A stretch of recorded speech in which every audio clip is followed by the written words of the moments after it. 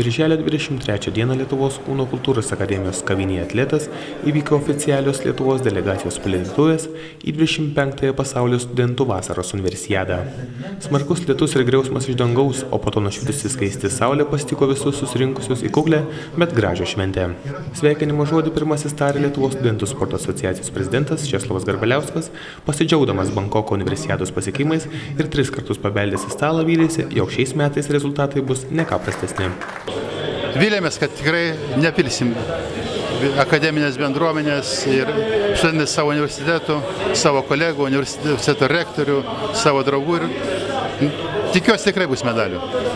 Kokie tikslai, kiek medalių planuojama, giliai širdį? Kaip pasakyti, šioje 7 sporto šakos yra, visa delegacija yra per 80 žmonių, ko dar niekad nėra buvę. Ir manau, kad iš 7 sporto šakų bent jau 4-5 sporto šakos potencialiai gali iškovoti medalius. Tai kalba apie lengvaatlečius, apie plaukikus, apie dziudo. Krepšininkai turėtų apginti savo pozicijas, aišku, bus labai sunku jiems yra. Ir taekwondo važiuoja viena atstovė, kuri yra realiai, jeigu gali kovoti dėl medalių. Kai bus, aišku, medalius labai lengva pažiūrėti, bet jos paskiau reikia sunku labai išpildyti. Bet jeigu nepavyks, ką padarysite? Jau buvote nuvykęs į Belgradą, kokios sąlygos bus gyvenimo treniruočių? Belgrade, kaip sakė, sąlygos yra specialiai pasakytas naujas universiados kaimelis, kaip ir olimpinis kaimelis. Jau žinom, kur kas gyvens, sakant, sportininkai, kas su kuo gyvens.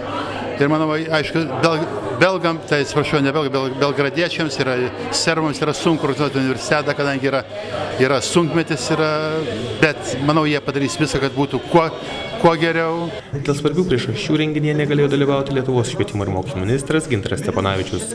Jos sveikinimo žodžius perteikė renginio vedėjas Egidijus Stančikas. Lietuvos Respublikos švietimo ir mokslo ministerija gerbiami 25 vasaros universiados Belgrade dalyviai.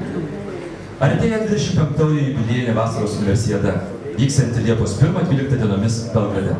Tai bus didžiausias Serbijoje organizuojamas metų sporto renginys, kuriame apie 9000 studentų sportininkų iš 140 šalių varžysis 15 sporto šakų.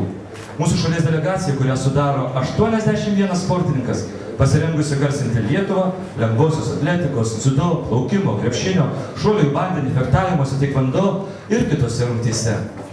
Leiskite Lietuvos studentų sportininkų išlietuvių progą palinkėti jums sportinės sėkmės, garbingos kovos ir aukštų rezultatų. Švietimo ir mokslo ministras Gintaras Steponavičius, Vilnius, 2009, birželio 23. Visų susirinkusių sportininkų studentų vardu padėkojo žodį Lietuvos studentų sporto asociacijos prezidentui ir visiems kitiems tarė lengvosios atletikos komandos narys Martynas Jurgilas. Norėčiau labiausiai padėkoti Lietuvos studentų sporto asociacijos prezidentui Česlovui Garbaliauskui už tą suteiktą galimybę atstovauti Lietuvą, atstovauti universitetą, atstovauti savo rungtį, žinoma. Universitetą nusileido turbūt galėčiau teikti tik tais olimpiniams žaidynėms, savo mastu, savo kovingumu. Tad išvykstame kovoti, išvykstame laimėti ir didelis ačiū už tai, kad mes galime ten būti. Tiek norėčiau palinkėti sėkmės, gražių akimirkų ir turbūt didžiausių laimėjimų. Sugedusi garso aparatūra nesutrukdė dainininkų idėjų atlikti studentų himną Gaudeamus ir dar kartą paraginti visus siekti ne medalių, bet nugalėti save ir iš visos širdies būti vieningiems ir atstovauti savo šalį.